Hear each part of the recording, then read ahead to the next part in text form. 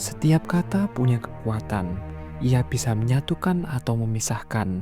Dalam kerjasama, bahasa bukan hanya sekedar alat, tapi juga jembatan hati. Dan disinilah cerita kami dimulai. Oke, jadi seperti yang sebelumnya kan kita ada WhatsApp, jadi diganti dengan tugas.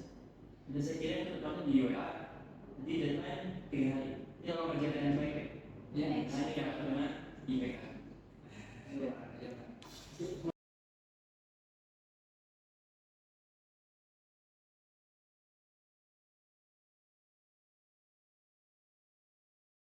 Kita sekelompok kan ya? Boleh sih langsung dibahas.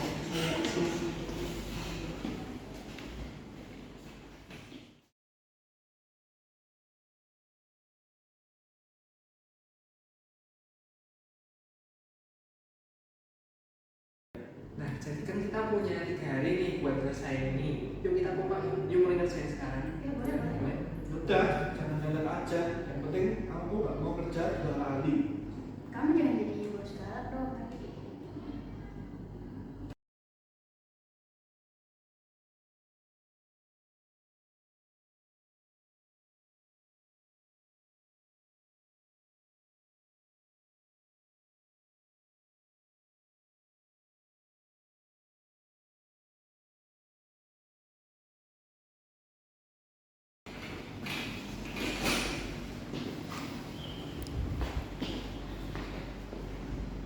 Maksudnya apa sih? Kamu tahu nggak sih topiknya yang kemarin waktu briefing? Maaf, aku coba ulang. Nah, di sini tuh kita datang buat belajar, bukan untuk berdebat. Kita harus belajar untuk bekerja sama karena kita kelompok, bukan individu. Aku cuma jujur, kalau salah ya salah, sama aja. Ya maaf.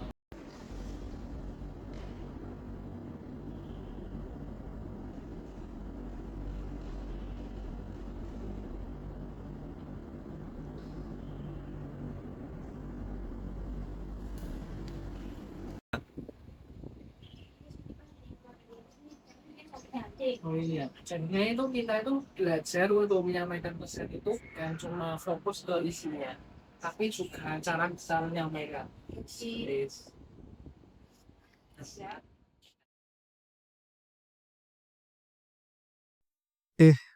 Apa aku kemarin terlalu keras ya pas negur si Dimas?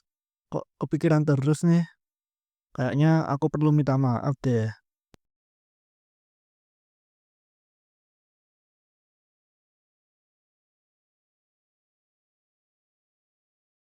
Mas, maaf ya. Aku kemarin nggak maksud nyakitin kamu. Aku terlalu keras deh kemarin. Oke, nggak apa-apa kok. Masih ada Mas ngomong. Iya. Nah, ini baru kelompok yang sore. Jadinya itu kita ketika kita memberikan saran itu secara baik seperti itu, bukan untuk menyakiti. Kritik boleh, tapi harus sopan juga.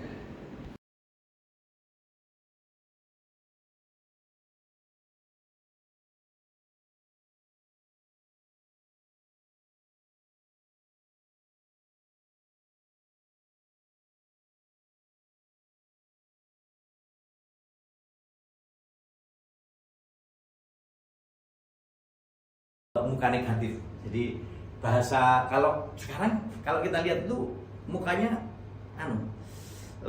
terlipat-lipat gitu ya, terlipat-lipat. Nah, jadi kalau kita lihat dalam konteks ini harus kita siapkan bagaimana menjaga muka, ya, menjaga muka seorang penuntut dan non tuntut. Nah, oleh karena itu kalau kita lihat bahwa Levinson mengatakan dalam konteksnya ini terkait dengan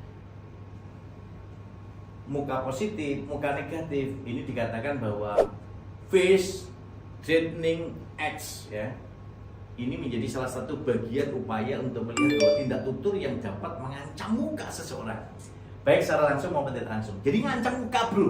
Jadi ini menjadi tantangan. Kenapa? Ini tindakan yang berpotensi mengancam muka itu misalnya mengkritiknya. Orang tidak suka dikritik. Tidak semua orang mau menerima kritikan. Ya, sehingga ini mengancam muka positif. Yang kedua, memerintah. Tidak semua orang mau diperintah, maunya memerintah, bro. Nah, itu mengancam muka negatif. Jadi ketika teman-teman coba perintah, Mas Mehmet, ambil kursinya dong. Alah, aku terus, tadi aku, sekarang aku. Gitu. Vip, Mas Afif, itu kamu perbaiki dong tulisanmu. Mosok gitu-gitu terus. Nah, itu Afif terus. Bapak ini mosok gak pernah ada yang baik karyaku. Nah, gitu. Lalu menolak permintaan, ini mengancam kedua muka ini. Akhirnya Mas Mehmet sama Mas Hafid ketika dikritik kayak gitu, terserah, kerjakan sendiri aja lah Pak. Itu berarti muka positif dan negatif menjadi satu kesatuan. Dan ini salah. Seorang penutur harus bisa memilih dan memilah bagaimana strategi santunan dalam berkomunikasi, entah kepada lawan tutur kita, entah pada partisipan kita, ya.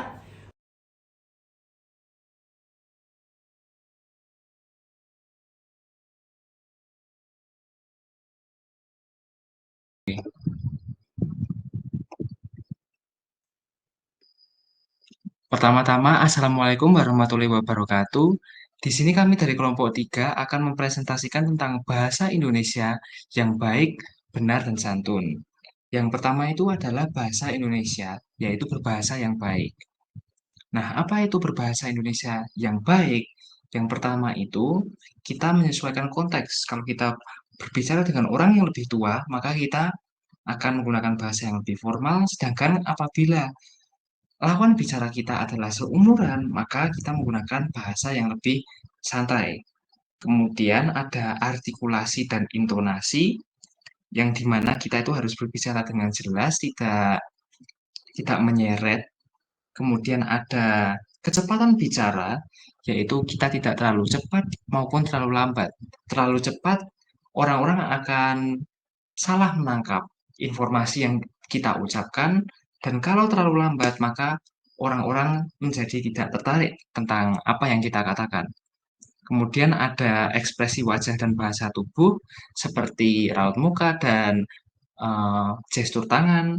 Kemudian ada audiovisual, ya seperti tadi. Bagaimana cara kita menampakkan diri di depan audiens, di depan orang dengan baik dan benar.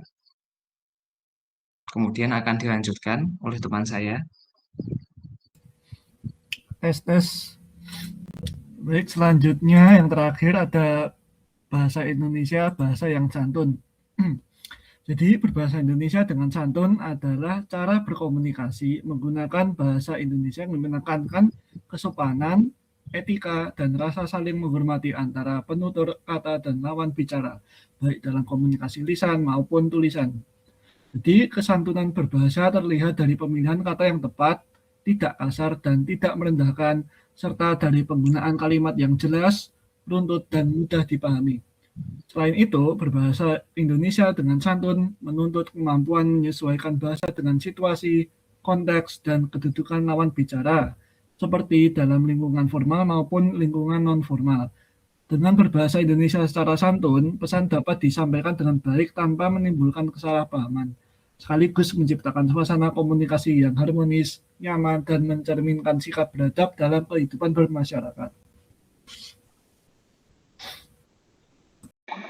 Kemudian selanjutnya, melalui bahasa, kita dapat menyampaikan gagasan, perasaan, dan informasi kepada orang lain.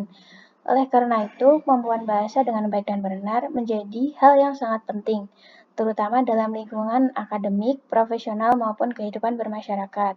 Berbahasa dengan benar berarti menggunakan bahasa sesuai dengan kaidah kebahasan yang berlaku. Sementara itu, berbahasa dengan baik berkaitan dengan kesesuaian penggunaan bahasa terhadap situasi dan kondisi.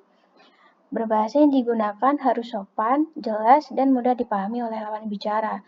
Sebagai contoh, penggunaan bahasa dalam situasi formal, seperti presentasi atau penulisan laporan, tentu berbeda dengan bahasa yang digunakan dalam percakapan sehari-hari. Demikian presentasi dari kami kelompok 3. Apabila ada kesalahan mohon dimaafkan. Wassalamualaikum warahmatullahi wabarakatuh. Oke, jadi tadi presentasi kalian udah bagus ya, bukan hanya informatif, tapi juga menyentuh. Melalui bahasa Indonesia yang baik, benar, dan santun, kalian sudah menunjukkan bahwa bahasa bukan sekedar alat komunikasi, melainkan cerminan sikap, karakter, dan cara kita menghargai orang lain.